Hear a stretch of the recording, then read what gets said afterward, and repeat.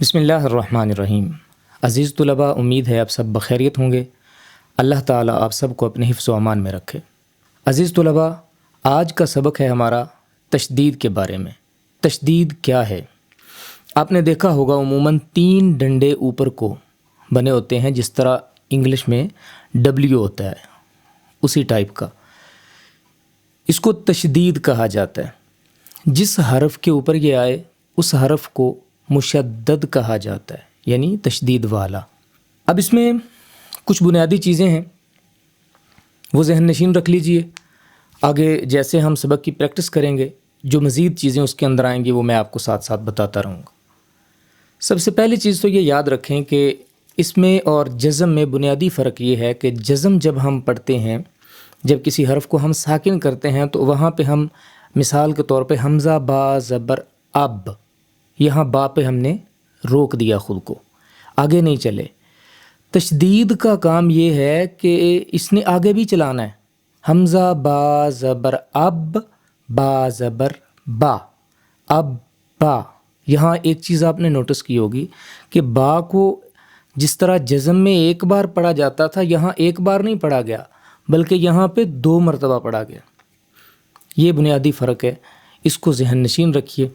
اور ایک اور چیز یہ کہ نون اور میم، ان کے اوپر جس وقت یہ شد آئے گی وہاں پہ غنہ لازمی کریں گے، یعنی ایک الف کے برابر ناک کے اندر جو ہے وہ ہم اپنی آواز کو رکھیں گے۔ تو آئیے ہم سبق کی طرف چلتے ہیں۔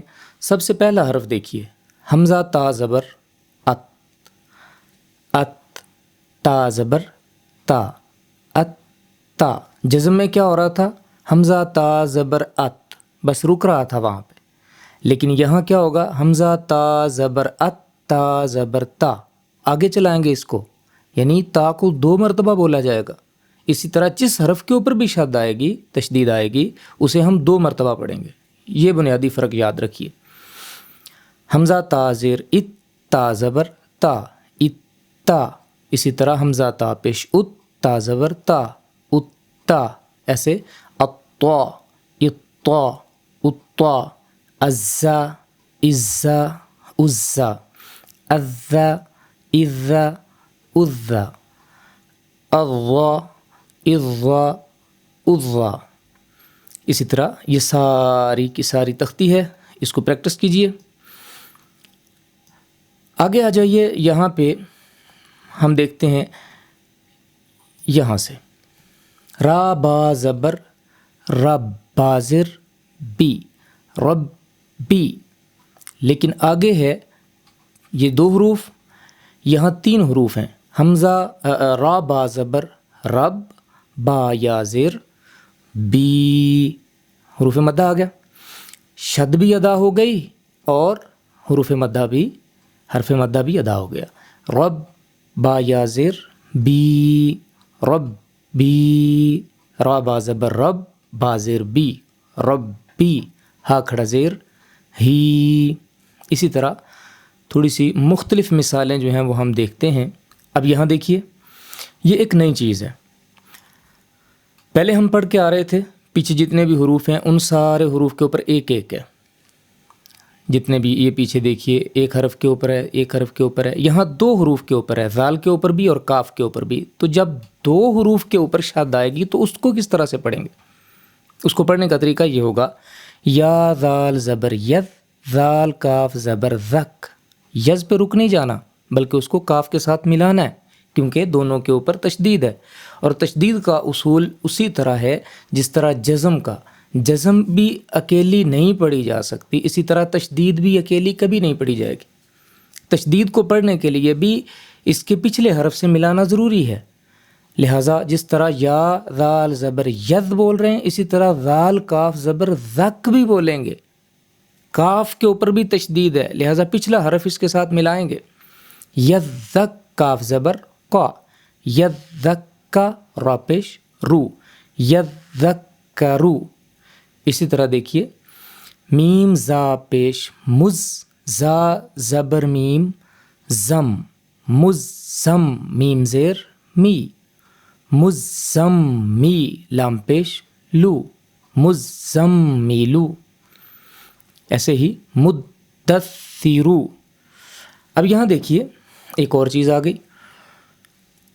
یہ تو دو اکٹھے تھے اور یہ بھی دو اکٹھے ہیں، پیچھے یہ بھی دو اکٹھے پڑھ کے ہیں. یہاں دیکھیے نون اور یا ان دونوں کے اوپر تشدید تو ہے لیکن درمیان میں با آ گیا.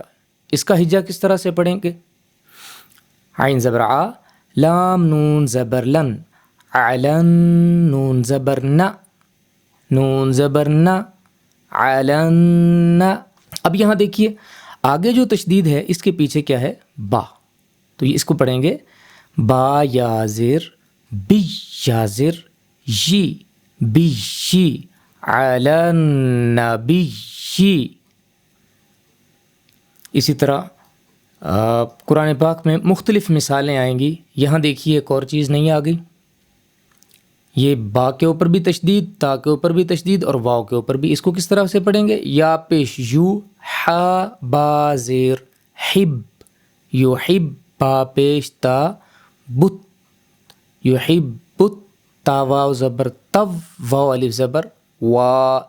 یعنی کڑی سے کڑی ملتی جا رہی ہے. یحب تو، تینوں کے اوپر اکٹھی تشدید آ گئی. یحب تو، وا سب کے اوپر، تو وا سب کے اوپر آ گئی. با یا زر بی نون زبر نا، یحب التوابین. اسی طرح سے یہ تمام حروف ہیں آپ کے سامنے، ان سب کی پریکٹس کیجئے. بنیادی کانسیپٹ اس کا وہی ہے جو پہلی 2-4 سطروں میں میں نے آپ کو بتا دیا. محنت ہے، جتنی کر لیں گے اتنا ہی جلدی یہ سبق سمجھ میں آئے گا.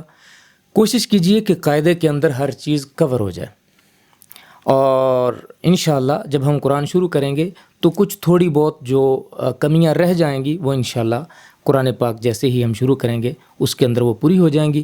اللہ تعالیٰ آپ سب کا حامی و ناصر ہو. جی لگا کے پڑھیے. والسلام.